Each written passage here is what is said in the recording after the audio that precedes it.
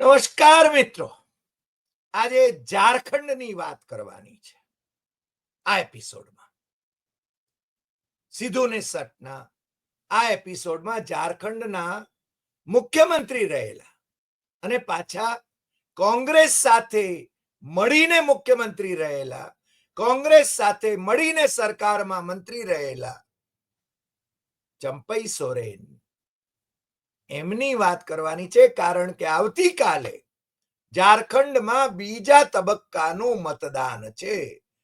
વિધાનસભાની 81 બેઠકોનું મતદાન આવતીકાલે સમાપ્ત થઈ જશે અને ભારતીય જનતા પાર્ટી ઝારખંડ પર કબજો જમાવવાની જે મનસા સાથે ઝારખંડ મુક્તિ મોરચાના નેતા ચંપઈ સોરેનને પોતાની સાથે જોડ્યા છે, એ કેટલું એમને ઉપયોગી સાબિત થાય છે એ નક્કી થઈ જશે. પણ આજે મજાની વાત એ છે કે આ ચંપઈ સોરેન જે છેલ્લા 5 વર્ષ કોંગ્રેસની સાથે સત્તાનું સુખ ભોગવી ચૂક્યા છે, એમને એકાએક જ્ઞાન લાદ્યું અને એકાએક જ્ઞાન એવું લાદ્યું कि कांग्रेस के साथ गठबंधन करने वाली पार्टी कभी राज्य का विकास नहीं कर सकती. चंपई सोरेन ए मसलियाમાં સાપચાલા ક્રિકેટ મેદાન પર સુનિલ સોરેનના પ્રચારમાં જ્યારે ભાષણ કરી રહ્યા હતા ત્યારે એમણે આ અદ્ભુત જ્ઞાનની સરવાણી વહાવી દીધી. તમને ખ્યાલ હશે, તમે કદાચ વિડીયો જોયો હશે, અમિત શાહે મંચ ઉપરથી કહ્યું, ઓ ચંપઈ સોરેન, ઓ મને લાગે છે કે ઝારખંડ મુક્તિ મોરચાના જે સંસ્થાપકોમાંના એક રહ્યા, આંદોલનમાંના એક રહ્યા અને શિબુ સોરેનના અનન્ય સાથી રહ્યા એવા ચંપઈ સોરેનને આજ લગી, અને મેં કહ્યું એમ કે અમિત શાહે જે રીતે એમને હાક મારી એ રીતે કોઈની તાકાત નહોતી કે એ એમને બોલાવી શકે. ઝારખંડના મુખ્યમંત્રી હેમંત સોરેન અને એમના પત્ની કદાચ ભવિષ્યમાં જો ઝારખંડ મુક્તિ મોરચો અને કોંગ્રેસ એ બહુમતી મેળવે તો એ મુખ્યમંત્રી પણ બની શકે એવા કલ્પના સોરેન એન્જિનિયર છે.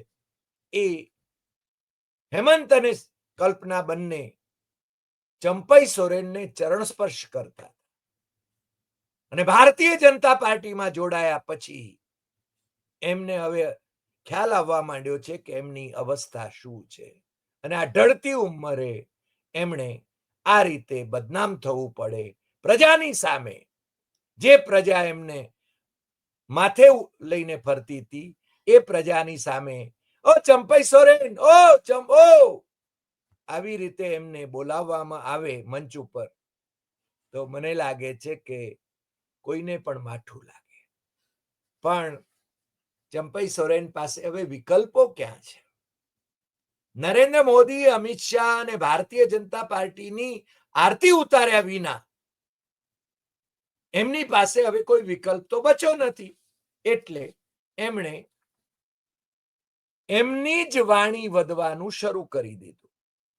ભાઈ શ્રી કહે છે, માનનીય નેતા જી, ભારતીય જનતા પાર્ટીના નેતાને પૂર્વ મુખ્યમંત્રી, તમને ખ્યાલ છે કે હેમંત સોરેનને ખોટા કેસની અંદર ઈડીમાં 5 મહિના સુધી જેલમાં રાખવામાં આવ્યા ત્યારે હેમંતે પોતાની ગાદી, જેમ રામ ભરતને ગાદી ભળાવીને ગયા હતા અને ભરતે પાદુકા મૂકીને રાજ કર્યું હતું, એ રીતે હેમંતને એમ હતું કે ચંપઈ સોરેન એ મારી પાદુકા મૂકીને રાજ કરશે અને હું આવીશ પાછો ત્યારે મને પાછું એ રાજ સોંપી દેશે.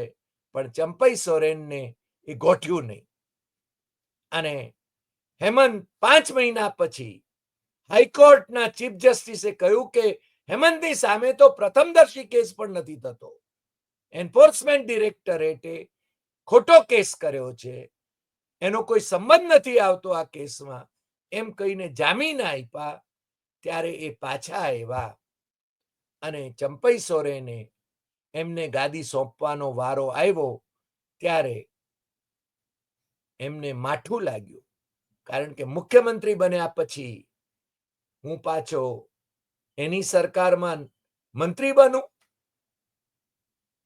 પણ હેમંતે મોટું દિલ રાખીને એમને મંત્રી બનાવ્યા, કેબિનેટ મંત્રી બનાવ્યા, એમને મહત્વના ખાતા આપ્યા. પણ ચંપઈ સોરેન એમને ડંખ રહી ગયો કે હું મુખ્યમંત્રી અને પછી મંત્રી થોડો થાઉં. તમને ખ્યાલ છે કે બાબુભાઈ જશભાઈ પટેલ મુખ્યમંત્રી થયા પછી પણ ચિમનભાઈ પટેલની સરકારમાં મંત્રી બન્યા હતા. સુરેશ મહેતા એ મુખ્યમંત્રી બન્યા પછી પણ પાછા મંત્રી બન્યા હતા કેશુભાઈની સરકારમાં. અરે મહારાષ્ટ્રમાં પણ આવા દાખલા છે. શંકરરાવ ચૌહાણ મુખ્યમંત્રી બન્યા પછી પણ શરદ પવારની પેલી મિનિસ્ટ્રી હતી જે, એમાં એ મંત્રી બન્યા હતા. અરે તાજું ઉદાહરણ દેવેન્દ્ર ફડણવીસનું છે કે 5 વર્ષ સુધી જે મુખ્યમંત્રી રહ્યો હોય એ નાયબ મુખ્યમંત્રી તરીકે કામ કરે, અને કોની સાથે, કોની અંડરમાં? એકનાથ શિંદેની અંડરમાં, શિવસેનાના બગાવતી નેતાની અંડરમાં. પણ ચંપઈ સોરેનને ગોઠ્યું નહીં. અને ચંપઈ સોરેન એમણે પોતાની દીકરી દિલ્હીમાં છે, એને મળવા જાઉં છું એમ કહીને ભારતીય જનતા પાર્ટી વાળાઓ સાથે ઈલું ઈલું શરૂ કરી દીધું અને ભાજપમાં જોડાઈ ગયા. જોડાયા પછી તો એમણે ભાજપનો જ મંત્ર આલાપવો પડે, સ્વાભાવિક છે ને. એમણે એ જ કામ અત્યારે કરી રહ્યા છે. એ કહે છે कि कांग्रेस के साथ गठबंधन करने वाली पार्टी कभी राज्य का विकास नहीं कर सकती. कांग्रेस ने झारखंड आंदोलन को कुचलने का काम किया था, आंदोलनकारियों पर गोली चलाई थी. झारखंड मुक्ति मोर्चा, कांग्रेस और आरजेडी की गठबंधन वाली सरकार आदिवासियों, मूलवासियों की भलाई भी नहीं कर सकती. હવે આ જે સરકારમાં એ રહ્યા 5 વર્ષ, એ સરકારની જ બદબોઈ એમણે ચાલુ કરી દીધી.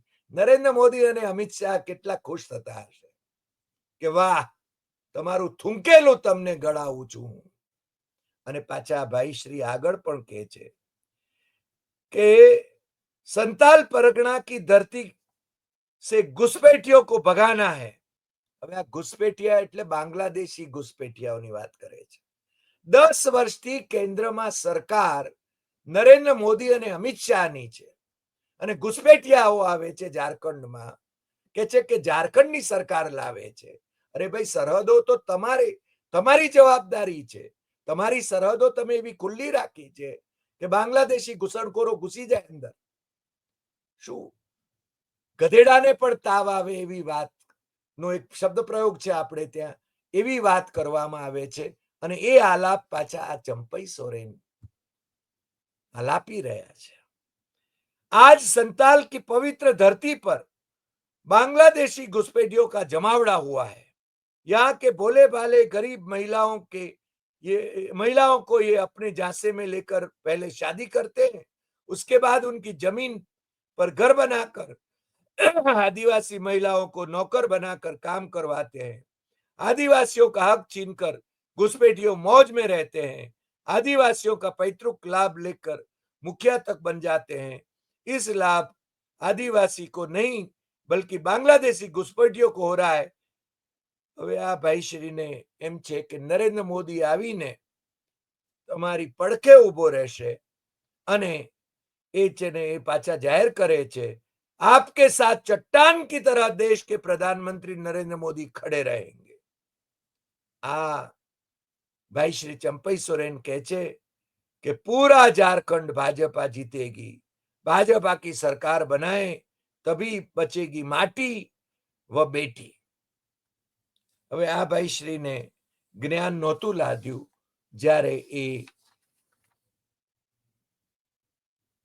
ઝારખંડ મુક્તિ મોરચાના નેતા હતા, ઝારખંડ મુક્તિ મોરચાની સરકારમાં હતા, શિબુ સોરેનની સરકારમાં હતા, હેમંત સોરેનની સરકારમાં હતા, અને 5 વર્ષ સુધી એમણે આ સરકારમાં રહ્યા છતાં નગુણા જેને કહી શકાય એવા થઈને ભારતીય જનતા પાર્ટીનો રાગ આલાપવાની શરૂઆત કરી છે. એ મને લાગે છે કે રાજકીય દ્રષ્ટિએ શરમજનક બાબત પણ કહી શકાય. હવે ઝારખંડમાં કોણ જીતે છે, કોણ હારે છે, એ તો 23મી તારીખે જાહેર થશે, મતગણતરી થશે અને પરિણામો જાહેર થશે. પરંતુ આમની બૌદ્ધિક ક્ષમતા ઉપર આપણને દયા આવે એ સિવાય શું કહેવું. આજે આટલી વાત. ફરી મળીશું નવા એપિસોડમાં નવા વિષય સાથે. તમને જો આ એપિસોડ ગમ્યો હોય તો સૌથી વધુ શેર કરશો અને રાજકારણીઓની બુદ્ધિના જે પ્રદર્શન એ કરી રહ્યા છે એ લોકો સુધી પહોંચાડજો, જેથી લોકો જાગતા રહે. નમસ્કાર.